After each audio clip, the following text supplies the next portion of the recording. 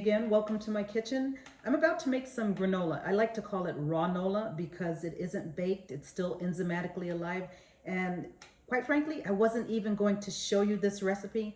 And then I said, that might be a missed opportunity, so let me bring you up to speed. What I did is I put nuts, raw nuts, in my mason jar. I did a mixture of pumpkin seeds, sunflower seeds, pecans, and let's see what else is in here, and walnuts.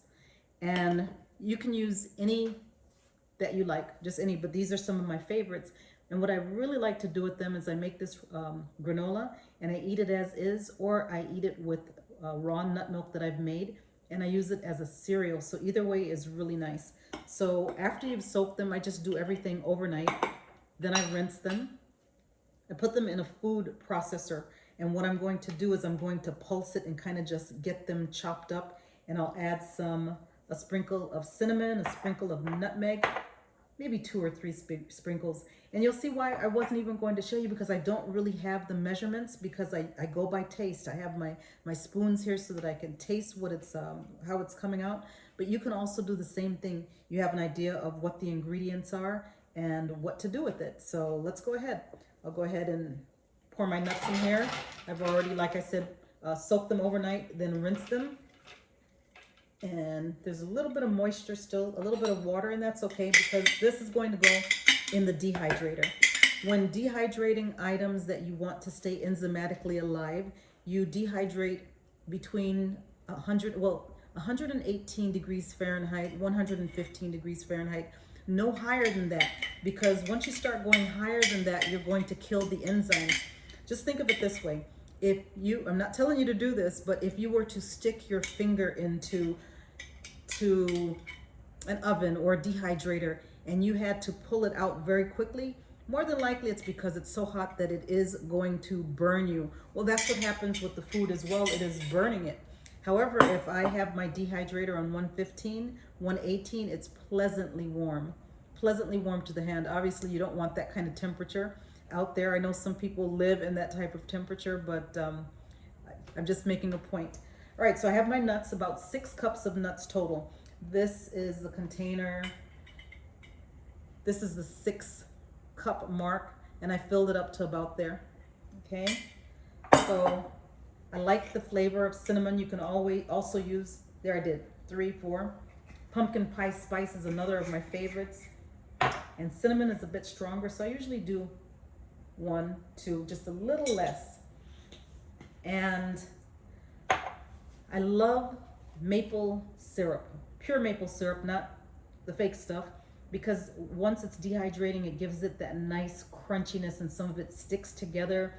Maple syrup does that so very well. I understand some of you may be looking for no added sugars at all. And if that's the case, what you could use is maple syrup flavoring. So here you have, and I will often use this so that it curbs how much sweetener I add, or I won't add any at all. But today I know that in my granola, I do like a bit of a sweet taste. It is my sweet treat, so I'm gonna add a little bit. So I have a 1/2 cup of maple syrup, and it sounds like a lot, but it's going into 6 cups of nuts. So let's go ahead, and I might not even add it all because I'll give it a taste, but we're gonna go ahead and pulse. Get your food processor ready, get it on, and pulse like so.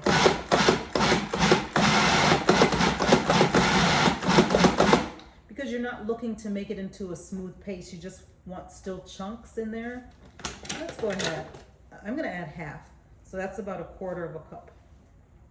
Let's start with 1/2 and see what happens.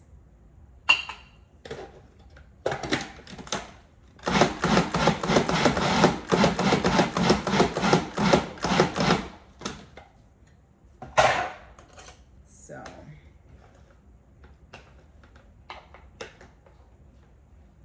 you can see the pieces are still identifiable,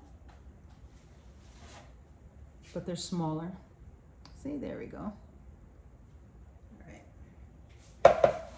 And I'll taste a little bit.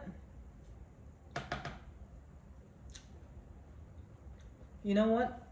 a quarter of a teaspoon, I'm sorry, a quarter of a cup for 6 cups of nuts is enough for me.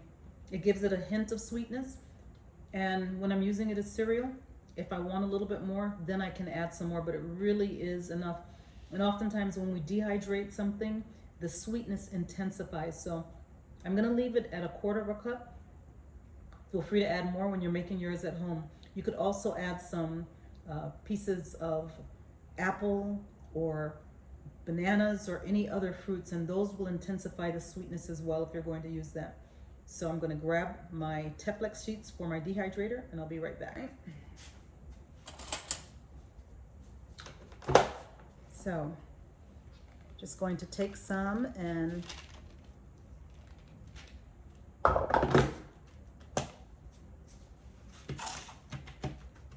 it doesn't have to be neat, because you're just going to put this in your dehydrator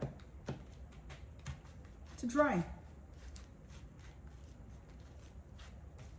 And I'm not gonna just do this for the entire time, but basically that's what we're gonna do. Put it on sheets, put it in the dehydrator, and let it dry overnight. It is 7:27 at night. I'll go ahead and check it again tomorrow morning around 7:30. All right, bye. There it is. Little pieces, identify it. I'll just put it back in for a few hours before I put it away. Put it back on 115. This is how you're going to flip your granola so that you make sure the underside is dry as well. You see it's going to stay stuck on the Teflex. Just very gently, maybe a little messy. Just flip it over and position it, and that's how you flip it.